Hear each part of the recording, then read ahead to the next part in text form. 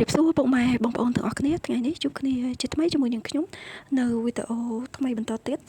ថ្ងៃនេះនឹងខ្ញុំមានវីដេអូចែករំលែកថ្មីហើយក៏អធិស្ឋានផងដែរសម្រាប់ពុកម៉ែបងប្អូនដែលចេះហើយនឹងដែលពុកម៉ែបងប្អូនដែលគាត់អត់ទាន់ចេះចឹងណាអញ្ចឹងវីដេអូនេះគឺយើងចង់ដាក់ follow សម្រាប់ Facebook ឥឡូវពុកម៉ែបងប្អូនទាំងអស់គ្នាយើងចូលកម្មវិធី Facebook មកតើមកយើងចុចកន្លែងរូបនឹងមកតើមកយើងចូលក្នុងកម្មវិធី profile របស់យើងហើយនេះយើងមើលពាក្យថាអត់ទាន់មានពាក្យ load ពាក្យថា follow ទេគឺមានពាក្យថា friend អញ្ចឹងយើងចង់ដាក់ទៅជាពាក្យថា follow វិញយើងចូលមកយើងសម្លឹងនៅខាងស្នាមដៃយើងឃើញកន្លែងចុច3នេះយើងចុចកន្លែងសញ្ញាចុច3នេះមកហើយយើងមើលមកក្រោមមានពាក្យថានេះខ្ញុំច្រឡំនេះខាងក្រោមវិញខាងក្រោមទាំងអស់កន្លែងរូបមនុស្សនេះយើងចូលឡើងនឹងមក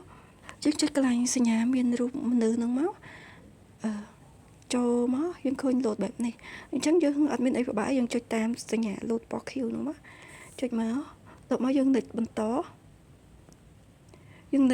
ទៀតតមកនេះគេឲ្យយើងគូសគ្រីសទាំង3ហ្នឹងយើងចុចកន្លែងទាំង3ហ្នឹងមកពុកម៉ែបងប្អូនចុចទាំង3ហ្នឹងមកកន្លែងវងមូលហ្នឹងយើងចុចទាំង3ហ្នឹងមកតមកនឹង load ពាក្យតែចេះអញ្ចឹងយើងចុចមក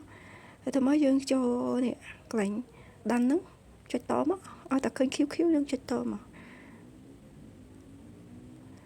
និចតទៀតនេះយើងចុច Q នឹងមកនិចតណាបានហើយប៉ុណ្ណឹងយើងចុចទៀតមក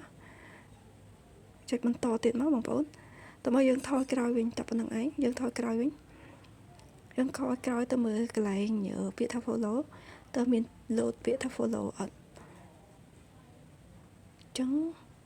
ហើយយើងនេះឃើញហើយ load ទេដាក់ថា follow ចឹងមានតែប៉ុណ្្នឹងឯងពុកម៉ែបងប្អូនបើសិនជាមានកំហុសឆ្គងអីសូមអធិស្ឋានផងជួបគ្នានៅវីដេអូក្រោយបន្តទៀត